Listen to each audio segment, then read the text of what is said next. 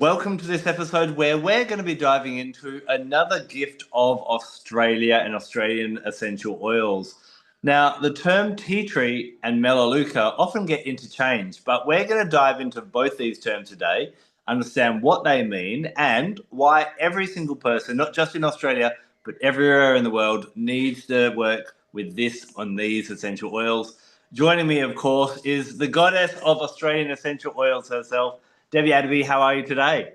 Oh, very good, Adam. And what about yourself? How's it going over in Western Australia? Well, there's been some interesting weather happening over your side, and we're just having to deal with constant sunshine and put up with that every day. Oh, that's very sad for you, but never mind. Yes, well, we've only had cyclones and floods, but we're all good. We've survived it all, and we're ready to fight the next one when it comes along, I suppose. Yes. Now, we're talking about tea tree slash Melaleuca today. These terms Yeah. aren't the same thing, and I was hoping you could kind of help to shed some light on this. Well, actually, what I'm going to do is I'm going to open up a few doors and show you some wonderful. I went out after the floods and I have actually picked up. I have a better view. I've got four species to show you of Melaleuca, but yet other things are called tea tree as well, and they don't actually hold the same name. So we've got a little bit of interesting stuff to talk about today. We really are. So I'll throw in little bits and pieces here, give you a bit of that history as well, and show you some amazing pictures that I would like to show you with how wonderful the tea tree actually does work on skin ailments. Yeah. Well, let's have a look at some of these plant samples that you've got. What have you got there? Okay, so first of all, let me tell you that you know that the main growing area for the Melaleuca tornifolia, this is the one that everybody purchases. This is the one that's very popular. It's the one that everybody knows its medicinal values, and of course, we'll have a little bit of history on that, and I'll tell you exactly where it is at the moment in Australia and the growth as well. But yeah, so this particular, and I'll show you that one straight up. Now, this particular species, can you see that? Yeah. Absolutely wonderful. Mind you, I do have to say something. I'm not that crazed. I've never really been that fond of that aroma because it is extremely medicinal and it actually works beautifully when it's formulating with other oils to create some amazing synergies. But its value as a medicinal plant is just absolutely brilliant. Now, this is the actual Eternifolia. It looks a bit different to what you probably see when you see it in the northern rivers or up through Queensland when they're actually growing it on the farms, because they harvest really regularly. Then the plant looks a little bit different in its shape, but this is in its entirety. This is its real look about it. Yeah, and then we'll have white blossoms from time to time, but the essential oil is in the leaves. Yeah. Correct, it is. Now, this is called narrow leaf paper bark. It is a paper bark and it is called narrow leaf, and it does have very, very fine leaves, unlike, say, some of your other paper barks that we have, which have got very wide and like egg-shaped leaves and things like this. So this is very, very much a very small, fine, narrowed leaf plant. And look, as I say, they harvest it and they certainly can make good out of this. And when the plant comes in here, we've just got a little tiny bit of its seeds left through here, which you might be able to see, which we're going to look at a few others as well in a minute. But yeah, so it's quite an interesting little plant. So that's the actual real Melaleuca eternifolia. But we do have a couple more. Would you like to have a look at those ones first before we move into a bit of history, or do you want to? Yeah, definitely. Okay, so just to give you a bit of a difference, there's one oil that I really do love, and to be honest with you, unless you really know what you're doing with this particular species of Melaleuca, I really do say and suggest to people, please don't look at it or use it. If you are able to purchase, make sure that you get full understanding of it. Now, this is the Melaleuca brachiata. This one's actually the black tea tree.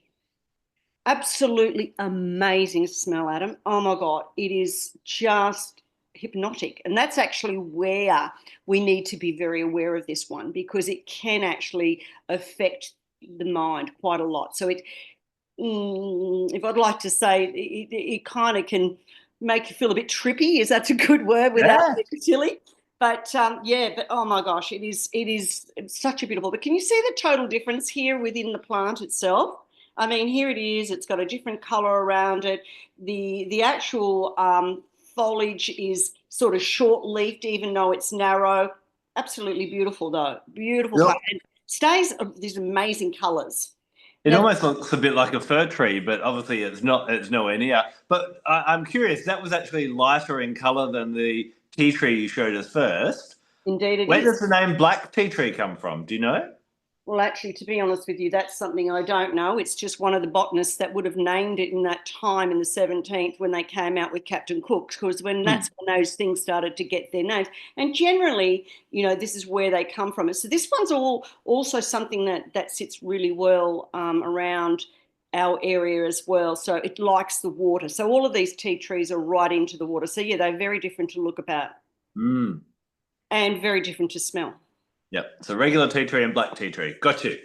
So now the next one I want to show you this is kind of a really cutie, this one. And the reason I'm bringing this into the forefront is because I really want you to have a look at this. It's kind of like the Australian cachaput. You've heard of cachaputty, that oil? Yeah. Yeah. So this one here, again, is a Melaleuca lanolifolia. So this one's just a bit different. And have a look at the little flower on the end of it. So interesting that it actually had a bit of a flower going on.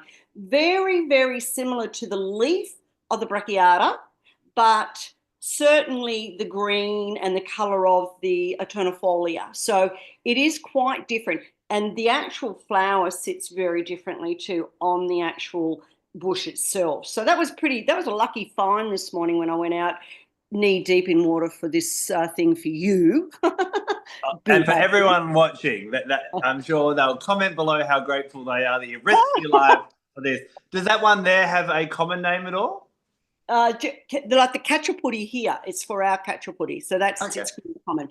Now, I want to share this with you because I find that this is really probably the most interesting thing, because we talk about Melaleucas and we talk about these names and what that Melaleuca is and la la la. But we have another particular tea tree as such, and they call that lemon-scented tea tree. Now, I want you to look really carefully at this. Totally different flower, and unfortunately, it is not in blossom at the moment. You can see its fruit or its nuts are very different as well, really quite large. And this is called lemon-scented tea tree, but it's of the this is Leptospermum petersonia. So it's got a different botanical name altogether to the last three that we've just looked at, but yet it is certainly a tea tree, lemon-scented tea tree, and that's what they call it. In the way that its properties are very tea tree like. Is that what you mean? Yeah, yes, it's like that. So it's got very good antibacterial, antifungal, and all of that, but it's got this really powerful lemon scent, very powerful. And it actually, between these two, when we talk a little bit further down the track about some medical things, if you wish to, I personally really think that when you put these two together and make some form of a collaboration or a synergy, you actually get dynamite when you want to knock something on the head with, say, fungal infections. But we'll talk about that, and we'll talk a little bit about mold, because we're getting a lot of that at the moment. So that's kind of how it works with a little bit of the, those Melaleucas. Things change. There's so much different stuff going on, and, they've all so many different species, and you could go on forever. I mean, a little bit later on, I think that we might even be talking about Rosalina, and there again is another. So I might leave them for that time, but yeah, it's really important that we know those plants and really look at how different, because many people will walk along and, oh, look, there's a tea tree, but it may be, but it's not really, Yes. So good to look at that. Now you've had your botany lesson today. I hope you enjoyed that. I feel like I need to sit down and have a cup of tea, but I must admit, in all my years of being alive, I've never seen in a tea shop tea tree tea. So why is it actually called tea tree? Okay, so let me get to that word tea tree. So this is kind of getting into a bit of history. So I think we might jump into some history because it's really interesting as well. So it's the First Nations people that would actually use the tea tree or this Melaleuca. Now, what they would do is they would bathe in it and they would work with it because of skin ailments. So if there was irritations of the skin, this is what they do. And really the name of it came to its forefront, obviously, when, Captain Cook put his grounds over this side of the land around that 1700s. So he actually saw these First Nations people actually using the Melaleuca autumnifolia, and they did work with this as a tea. You're right, you never see it, but they did use it as a tea. So they did the infusions, and generally it would be something for tummy ailments and things like that. And he actually cottoned onto that, and so then he started to use the leaves, and he would brew this Melaleuca autumnifolia to create teas as well. And that's really where that name came from. But Adam, there is so much in brief that I can tell us, because otherwise we'll be here forever. But there's a very short timeline which I think is really important for people to understand about that way that tea tree evolved. And around about 1920 there actually was a doctor. He was actually a chemist for the government, and what he actually did is he was just so taken by this because they were using this as penicillin in the Second World War, before penicillin even came in. And it was a very important part because they needed it to help with the soldiers and the healing and all of that. So he was so taken by it that this chemist decided to go ahead and do some research on it and why it was so powerful. And around about 5 years later, about 1925, Dr. Penfold actually found that the constituents behind the plant were even stronger. And he classed this as, I believe it's 11 out of 13 as an antifungal and antibacterial strength, much better than carbolic acid or some phenol. So that is huge. Yeah, wow. And that's what enlightened people so much. And they could see that this particular plant, this is why the world knows it so readily. And just quickly jumping into a little bit further, and I want to show you a photo of this as well. Mind you, they're only copy photos, but there was a gentleman by the name of Eric White. Now, he started a tea tree farm down in Ballina. Do you know of Ballina? That, again, is the Northern River. Yep. And most people do know of Ballina anyway. And he started his farm, but he was a real researcher. He was the founder of Thursday Plantation. You may have seen some of their oils over the years. I mean, they've been around for a long time, since the 70s.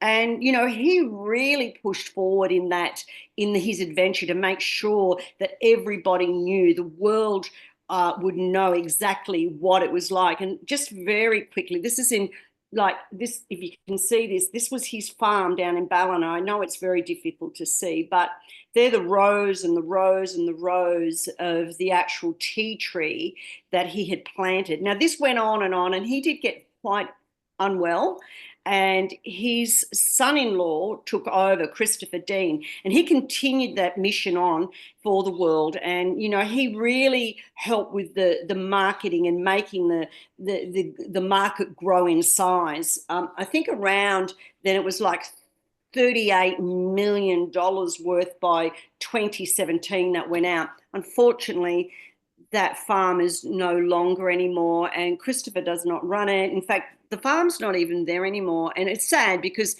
back in those days, I used to take all my students down there and we would watch him do the distilling. It was absolutely amazing. And, a little bit further on, they have made a lot of predictions with what will happen by 2025. And they believe that the tea tree industry should be sitting on around about 59 to 60 million worth that much in Australia. But, I find it really strange because all the time that I've lived here on the Gold Coast, and, that's like over 30 years now, I used to drive down in the Northern Rivers, and everywhere I looked was tea tree, tea tree, tea tree, tea tree, tea tree. Everything was tea tree. But, over these years, in the last, I would say, over the last maybe 8 to 10 years, the tea tree farms are gone. Mm. What are they being replaced with, do you find? At the moment, there's lots of things with nothing there at all. It's Wow. just land, and I know things go through successions, but I suppose I'm not in that area where I know everything about everything. So, there's still a lot there for me to find out as well. And it still shows strength, the tea tree, but I there's a lot of farms, as I said, that now are not producing the tea tree. So that's kind of sad, but maybe they've moved out of land. I don't know. I'm going down probably in the next month or two when I get back from overseas working, and I'm going down to one of the biggest tea tree farms in Lismore. So I'll get lots of pictures and I'll bring them home. Oh, please do, definitely. Now, obviously, with tea tree, as an Australian, I think every Australian would recognise the tea tree aroma. I know that I can go into a supermarket and next Yeah. to the Band-Aids and the antiseptic creams, there will be some form of tea tree for sale on a supermarket shelf, not just in every aromatherapy collection as well. Do you know? Do we need to be careful where we're getting our tea tree from? Look, I think that the biggest thing is when we're looking at the actual tea tree itself, the things that I'm trying to say this in the best way I know how. Look, again, I'll always say to you, know your supplier. That's the first thing I really believe in. And, suppliers are the ones that are buying the good quality. And good quality, when we look at tea tree, it must be at least over 38 to whatever percentage of 1,8-4-ol. And that's a terpenol 4-ol. And it's very important that it is. Otherwise, it's of no value. And to be honest with you, TGA are pretty strong in Australia, which they really are. Look, they've got lots of ticks in the boxes for me because they really do keep their eye on certain industries to make sure that they are producing the right things to be used in medicinal manner. So, yeah, just know your company, make sure that if you really need to get, specifications from the company, I'm sure they can provide that for you. But yeah, they've just got to be high. They've got to have the right chemical structure to know that it's the top quality. Yeah. Just know your supplier, please. I think that's really one of the best and the most important thing. Yeah. Now, obviously, as you said before, you don't know a lot about why those farms are closing. Do you think people are moving away from tea tree? Is the aromatherapy world finding new and exciting other essential oils to use? In my mind, tea tree is still a staple and everyone needs it, whether they're an aromatherapist, an essential oil lover, or it's just good to have in the cupboard for any kind of scrapes and bites. I don't think we'll ever see the door close on tea tree. It's set its grounds. It's had so much research. Like, I mean, tea tree has gone through the traps of every single thing. It knows it. People know where it's at. They know the quality, the research that's gone behind it. It's just it'll never leave us. It's just maybe there's just that sort of slump at the moment, and I think that maybe there is a lot more essential oils coming into the marketplace. There is no doubt about that. But with saying that, you can't always replace things either. Like, for instance, that's one hell of an amazing essential oil, which, used correctly, you get the most beneficial medicinal healing processes. So, we will never see it close. It'll always be part of Australia, always. So let's talk a little bit about its medicinal purposes. Tea tree. How and when do you reach for it, and how should other people be reaching for it as well? I Yeah. tend to think of it as all things skin, but I'm sure there's some exceptions to that. Oh, look, there are exceptions, especially if people have got, a bit of respiratory problem. I'll go through I'll just go through a couple of the chemical constituents first, and I'll just give you a run off of what they do. So when you're looking at that terpenol 4-ol in your good quality tea tree, it can be sitting at around about 48%. Now, this is really antibacterial and antifungal, and we've got antiviral and insecticidal effects, and this is why people use it a lot for mosquito bites, and they pop it on, and they can immediately put it on where they've been scratching so that there is no infection setting up. And a lot of people use it as neat to a pustule or, like pimple sort of problems. And so that's where it is. But you can also burn that tea tree and, use it in the air when there's viral infections and things like that around. The other one in there is 1,8 cineol. Now, 1,8 cineol is in there at a small percentage, around about 3%, which is kind of great because that makes it safer around children, because anything that's high in cineol is not really regarded good for young children for their respiratory. And we'll get on with that because there's something we're going to talk about next time, and I'll let you know at the end. But this cineol has got like an antioxidant, but it's also fabulous for an anti-inflammatory. So that's why, if you've got an insect bite or something like urticaria, if you've got that in a formulation, it usually helps to calm that down. And of course, you've got that antimicrobial effect as well. And there's just one other one I want to talk to you about, and that's the gamma terpenol. And that terpeninol, that's a beauty. That one is around about 10, get me this, about 10 to about around 28%. And that's a great antioxidant, and it helps with all sorts of things, even, like an analgesic, and even people with, a little bit of hypertension and all of that sort of stuff, because it just sort of settles people for some reason. That gamma terpenol is just amazing for that. So I suppose if you talked about that as an inhalation, again, you're covering all bases. So it's a kind of real rounded oil, really, isn't it? I mean, I can understand why if people ask me, what would you call this if it was a person, I'd have to say it's the doctor of oils for us, because it's that medicine chest in a little bottle, isn't it, really? Yeah. So let's talk about specific skin. Oh, no, actually, I've got two questions in my head at once. I'm going to revert back to the other one. Some people are sticklers for dilution. Others are a little bit rogue. And some oils, I hear people go, yes, you should dilute most oils, but tea tree is one that if you need to just whack a little bit on, you'll be fine. What's your opinion of that? Okay, look, I think the biggest thing we have to be aware of, and I think that most people should understand this quite clearly, is that skin integrity plays a very big part on individuals. So, everybody can have an allergy. Anyone can set up an allergy.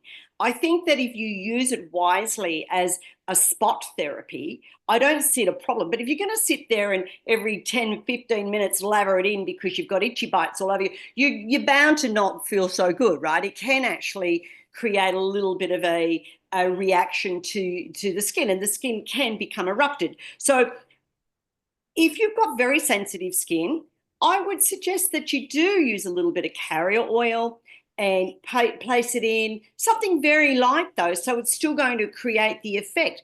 But on average, a good healthy adult, there is not a problem of doing just spot therapy. Do you know what I'm sort of saying? Just on that area where there may be that bite, or where there may be that pustule or whatever there. Be aware of that. I think that's a very clear understanding. Don't go pushing it all over you and think that that's going to, be the thing that saves your life, because, we're looking outside that square there, aren't we? That's impossible. No, that's fully clear, and I fully agree with you as well. And one analogy I've used in my years working with essential oils and talking to other people about it is I find whenever we put an essential oil on our skin undiluted, it's like yelling at our skin. So just like a person, you can yell at someone once or twice and they might just kind of go, that's okay. But one day they're going to snap. And I've found some people that have this approach. They're like, I just always put this oil on and just put it on neat, blah, blah, blah, blah. And then one day they reacted and now they can't put it on anymore. Would you? There you go. Absolutely. Yep. Because the body has its own mechanisms of setting up that response, that immune response. And that's what it does. It's like anything. I think we also need to say to ourselves that if we were on lots of vitamin and mineral supplements and things like that, everybody needs to break. Everybody needs to give their body some time to go, okay, I'm not doing that now. And then, come back a little bit later and use it again, a month or two later, bang, it'll hit in better. It generally works that way. And you can't just keep lavering yourself with essential oils and thinking that's going to be the body rescue for your life. It's not going to work like that. Use it sensibly. Use common sense, and this should never be a problem, Yeah. use your common sense. But there was something you asked me, and I really would like to share it with you because I've got a couple of pictures here, and I love, love, love, love, and I'm allowed to show this lady to you.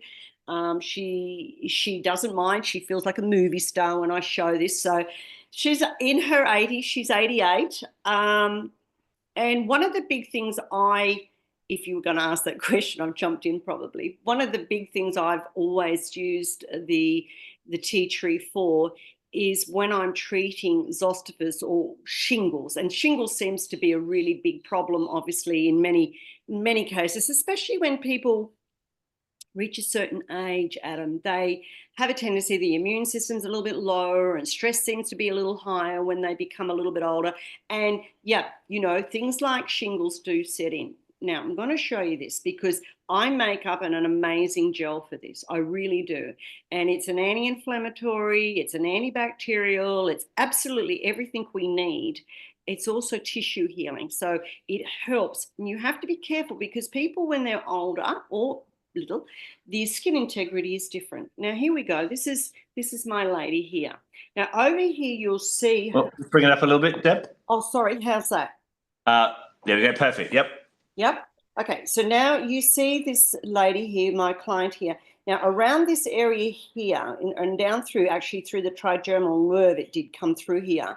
This is where she actually got the shingles. Now, it's a very, very, very important thing to make sure we maintain that she doesn't get infections because, it's right near her eye. And that you can't put essential oils near the eye as well. So we've got to be really smart here when we're working as a clinician.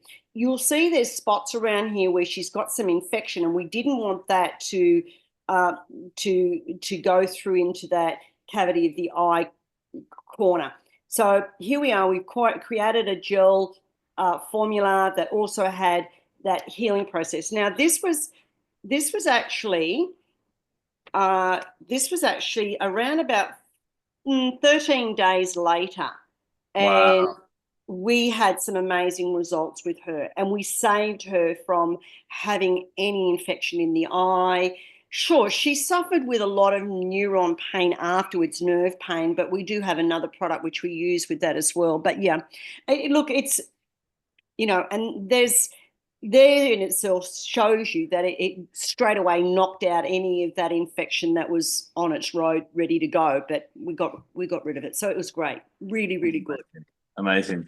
So I'm thinking there are people that are watching this video that are, at home essential oil lovers. They've got some tea tree. When would you recommend they grab that and use it? Well, look, obviously, if you've got an itchy bite, you've got something like that, don't feel afraid to go and get it. Do a little tip, put it on, a little bit on the top of it there and settle it down a little bit for yourself. Viral infections around, if they're up there, put a few drops in your diffuser and, put some other types of oils in there with it as well. If you want to use it through cleaning products, I make an amazing mold spray, which I'm going to give you the recipe a little bit later on so everybody can use it as well. I'm happy for that. I mean, right now over here with all of the water that we've had, the mold creeps in very quickly. So we need, even though my house is up and we get lots of airflow, it still is a problem with Queensland. So yeah, these are the type of things you can do. If somebody has a scratch or a kid falls off their bike or, whatever, and we need to bathe it. So, bathing, I suppose, a little bit like Dettol, you warm bathe it with some tea tree oil in there and a little bit of a disperser, a little bit of even a dispersing agent, and wash it and clean that wound in that area. You're going to do lots of things here. You're going to help with the antibacterial, you'll help with a little bit of the pain, and, you've got a win-win situation with that one. No, it really is for anything. Whenever that kind of skin barrier has been compromised, tea tree should be kind of the first one that comes up. Yeah, sure. Yeah, and it's got so much. Really, if people wanted to know a lot more, obviously it's going to take more than our little time that we have together. But it has shown proof. The one thing, it's a really good little thing because it has got that cineol behind it as well. Now here we go a little bit. Debbie being her, but cineol actually helps what we call dermal absorption. So that small amount within the actual tea tree helps it get deep down into where those issues are laying, where there may be that, a little bit of a fungal infection or that bacterial problem. It draws the essential oil down in there to fight those microorganisms. Okay, interesting. So, tea tree, we kind of go tea tree equals skin issues, but are there other things we might use tea tree for that are probably lesser well known? Well, yes, we can use it, and I mean this then steps into the more clinical aromatherapist area. And I will be very honest with you; it's kind of something that I'm going to say that you need to be able to study, and then you can use it in a more medicinal way. Like things with candida, for instance, that can help with candida, but you know we need to be careful because some people do some really stupid things as well. And I think it's really important that I share that. I know there are people that have had, thrush, and they've used this internally and actually burnt the mucous membranes and created eruptions. And people that have just swallowed it and down through that trachea area, it burns. And these things we need to think about seriously if we're going to do that. Leave that. If you want to gargle it, fabulous. If people have got mouth issues like mouth ulcers, a lot of people with pyorrhea of the gumming, the gums that bleed and that sort of problem, use it. Pick it up, get the tea tree, make it into a nice little warm wash. Of course, disperse it down a little bit, but wash the mouth, wash it well with it, and spit it out. That's going to help. Drag it through the teeth and the gums, but that's going to also help that area too. Gargle if you have to gargle if you've got a sore throat. Spit it out. I want to share my own personal story, and this is why I love tea trees so much. So where I used to live is about 20 minutes drive from where I am now, but I used to live in a wine region. So Oh, you'd that's right. constantly have the police out, in the middle of the day doing breath testing to make sure no one was driving. So Yes. anyway, I had to go be somewhere at 3 o'clock in the afternoon, brush my teeth, Listerine mouthwash, swish that all out, got in the car, drove around 2 quarters, and get breathalyzed at 2:30 in the afternoon. The next question was, so when was the last time you had a drink? And I was like, oh, 2 or 3 nights ago. Like, you sure? Yeah, yeah. And he goes, because you've blown over 0.05. And I didn't realize it right then, but it was actually the Listerine and the alcohol within that had caused me to blow over. So I went on a bit of a journey and realized that Listerine was originally made as a floor cleaner, but it wasn't very good. And so they turned it into an anti-dandruff treatment, but it didn't actually work.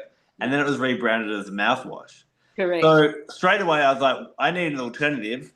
Tea tree was what I started using. And I, with my English heritage, had typical English teeth before I had orthodontic work a couple of years ago, had jagged teeth, and my gums just bled whenever I brushed them. That was just Yeah. standard. Yeah.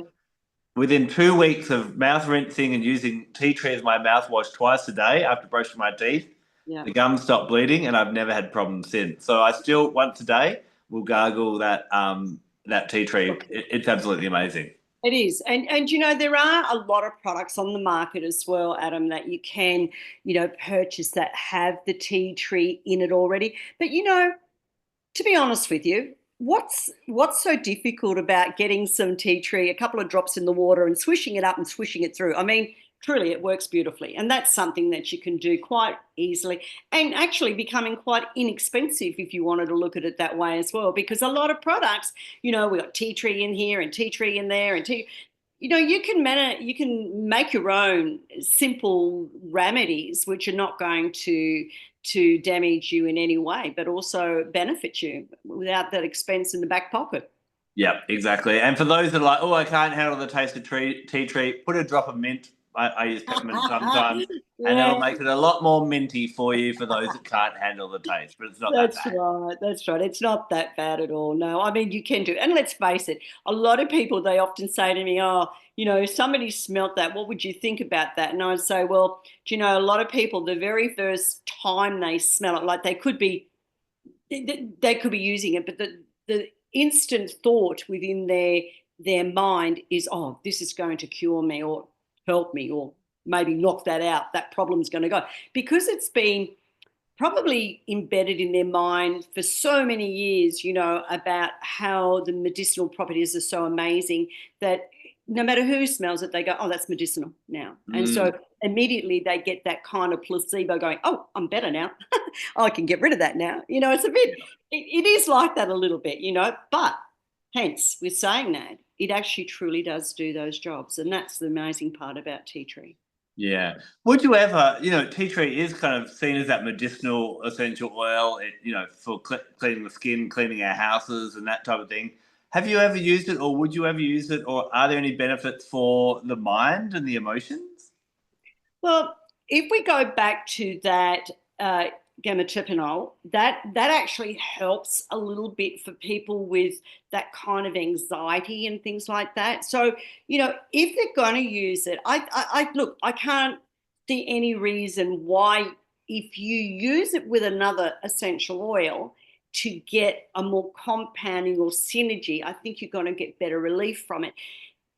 It depends on your mind thought as well. I mean, yes, it's going to give you a calmative effect because of the chemistry behind it. But, sometimes people, even though that chemistry's there, they go, oh, well, I'm not going to use that because it just smells like it should be an antiseptic, But it can be used quite well to help with anxiety as well. But it's just on that smell factor because not everybody really likes that smell. So, adding some beautiful other essential oils to that also that are calmatives can really give you a twofold effect. Right. I'm going to have to pick your brain now. You've been dangling this little carrot of this mold blend, and you've been referring to blends. Tell us, blends for tea tree. What would you recommend? So what I've done, normally I'll just let all of you know that normally when I formulate down in the dispensary, obviously I would work by using mils or weights when I do essential oil in a clinical practice. But because I'm sharing what I have, I'm going to give it to you simply as some drops. So that might help you. So the first thing I do is put 20 drops of the tea tree into a small beaker. And then we can add 15 drops of clove, then probably around about 10 drops of your thyme. Now, thyme oil. Now, thyme oil and thyme oil and thyme oil, we have chemotypes of each thyme. It's not just thyme oil, right? So this particular thyme oil I'm talking about is generally the red thyme. It's the most powerful. It's the one with the big guns in it. And of course, everybody knows about oregano. So thyme, we use 10 drops. Oregano, we use around about 5 drops, right? That's all you need. Then maybe you could get yourself like a 100 ml bottle. And in that 100 ml bottle, what you need to do is fill it with your essential oil, pop that in, and then fill the little pipette, like 100 ml, so say 50 mils of white vinegar and say 50 mils then of methylated spirits. Now, this is a spray, remember, we're not putting this in our face and we're not putting it in our mouth, okay? So we put it together, we swish it around, put it back into the thing and just move it around a bit so we get every bit of the essential oil, pop it in a spray bottle and Bob's your uncle. Wipe the mold away and then come back and spray the area really well. So spray, wipe, then come back and spray again and leave it on that area. With this, like you're saying at the moment in the situation in Queensland with the floods and the humidity, and some people just live in areas around the world where it's a constant battle, would you use this only as a mold treatment, or would you use this as a general purpose spray on a weekly basis just to prevent? They can actually do that, especially around in the kitchen area and in the bathroom area. That can be used quite well as a everyday spray, but it is excellent for mold. Yeah. Now, just as a longevity thing, I know sometimes when you're popping oils in water, that lasts for a week or so, and then you need to kind of get rid of that because things can grow in that. With this mix, I'm guessing it would last a bit longer, or it'll last until you finish with it, because you're looking at the vinegar and you're looking at the methylated spirits. There is nothing there that will make that go off, even if it's 6 months later and you come home from a worldwide trip or something. Please don't throw it away. It'll work beautifully. There's nothing for you to dispose off there. I absolutely love that. Well, just to finish off, Debbie, is there anything else that kind of has surprised you about tea tree over the years that you would love to share with everyone that they may not have realised that's so magical about it? I think that what people really should understand most of all about tea tree is that one, we're not going to run out of it. And two, you know, there are a lot of things also in publicity that sort of have rubbish tea tree a lot. I don't want to put the wording there or what's been said, but if you read something about, oh my God, this is going to happen to you if you use tea tree, do you know what? Go and ask somebody who really knows about it. Sometimes the media is a little bit crazy, and there's things that have been said through the media, and it's absolutely rubbish. And I just, unless people really understand it or really want to understand it, don't always believe everything that you hear out there. That's It, my it, best. That's my best advice on that one. it's amazing how much shock articles you will see, not just about tea tree, but other essential oils, which have no basis on essential oils. A lot of the time, it's just more to get clickbait, really, isn't it? Yep, it sure is. And I think that that's something I really would like to leave with people. Don't hesitate to get on a email you or something like that, or you can ask me. I mean, don't hesitate because don't miss out on something that's good because of some stupid person making a comment which they have no idea about. Fully agree. Fully agree. I've actually seen some people quoting references of, like girly magazines. Oh, it says in this girly magazine that blah, blah, blah, blah, blah. And I'm like, not sure how much research they did in that. Yeah, for sure. Yeah. And that's true. Very true. Well, we've tackled a big gun today. It is an Australian Icon. classic when it comes to essential oils. If you ask people what essential oils come from Australia, tea tree and eucalyptus are the first two that will get named. But there are so many different essential oils, some which you may know, some which you may not, which we're going to continue these conversations in the coming months. So we'd love to know if you have a preference of one you're dying to hear about. Leave it in the comments underneath, and we can, that might help sway our decision on what we tackle next. But That's a we'll be good back. idea. What was that, sorry, Deb? That's a great idea. I'd love that. So please, anything you'd like to know about, I'm Yes. open to speak to you about anything to do with Australian native essential oils. Thank you so much for joining us for this conversation today, Debbie. We'll see you soon. Thank you, Adam. Looking forward to it. Goodbye, everyone. Have a nice rest.